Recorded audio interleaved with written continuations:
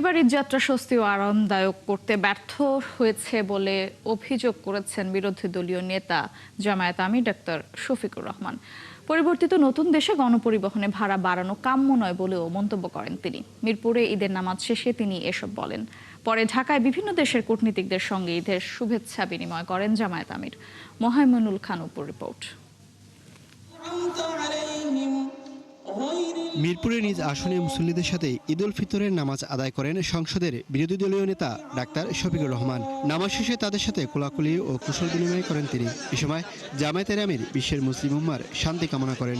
যারা ইরানে হামলা করেছে তাদেরকে যেন সৃষ্টিকর্তা মানবতা দান করেন সেই প্রার্থনাও করেন তিনি। সাংবাদিকদের প্রশ্নের জবাবে জামায়াতের আমির বলেন, সংসদে গণভোটের সমাধান না হলে জনগণকে সাথে নিয়ে দাবি আদায় করা হবে। ভাড়া নিয়ে যে কেলেঙ্কারি হয়েছে আর সরকারের মন্ত্রী এই বিভাগের যে সমস্ত কথা এক এক সময় এক একটা বলেছেন, আমরা জাতি হিসাবে লজ্জিত। আমরা জানি না ওনারা লজ্জিত অনুতপ্ত কিনা। তাদের উচিত ছিল এই ঈদের যাত্রাটাকে কমফোর্টেবল করা, আরামদায়ক করা, স্বস্তিদায়ক করা। এটা তারা করতে পারেন নাই, ব্যর্থ হয়েছেন। তারাও গণভোটকে সমর্থন করেছেন। এখন যদি এটার বিরোধিতা করেন এটা হবে খুবই দুঃখজনক। আমরা চাই জনতার সর্বোচ্চ রায়কে সবাই যেন সম্মান করে। যদি এটা হয় আলহামদুলিল্লাহ ভালো, যদি না হয় তাহলে এই আকাঙ্ক্ষা যে বিশাল জনগোষ্ঠী পোষণ করে 70% মানুষ, আমরা তাদেরকে সাথে নিয়ে আমরা এই দাবি আদায় করে ছাড়বো ইনশাআল্লাহ। পরে ভারত, ইউরোপীয় ইউনিয়ন, সুইজারল্যান্ড সহ ঢাকায় বিভিন্ন কূটনীতিক মিশনের কর্মকর্তাদের সঙ্গে ঈদের শুভেচ্ছা বিনিময় করেন ডাক্তার শফিকুর রহমান। এ সময় বাংলাদেশে নিযুক্ত ভারতের হাই কমিশনার প্রণয় ভার্মা ঈদের শুভেচ্ছা জানিয়ে বলেন, দুদেশের সম্পর্ক আরও শক্তিশালী হবে।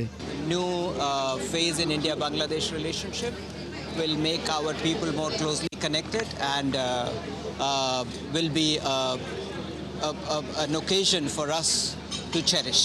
আমিরের শুভেচ্ছা বিনিময় শেষে গণমাধ্যমে কথা বলেন জামায়াতের সেক্রেটারি জেনারেল। বলেন, সংবিধানের দোহাই দিয়ে গণভোটকে এড়িয়ে যাওয়া হচ্ছে। সংবিধানের অজুহাত দিয়ে, দোহাই দিয়ে, যে সমস্ত যুক্তি দিয়ে জুলাই সনদকে ইগনোর করা হচ্ছে, গণভোটকে ইগনোর করা হচ্ছে, জাতি খুব হতাশ হচ্ছে, খুব ব্যথিত হচ্ছে। গণভোটে হাওয়া জয়যুক্ত হয়েছে তার ভোটের সংখ্যা 4 কোটির মতো। তাহলে 4 কোটি মানুষের ইচ্ছা অভিপ্রায় কি 3 কোটির কাছে পরাজিত হবে?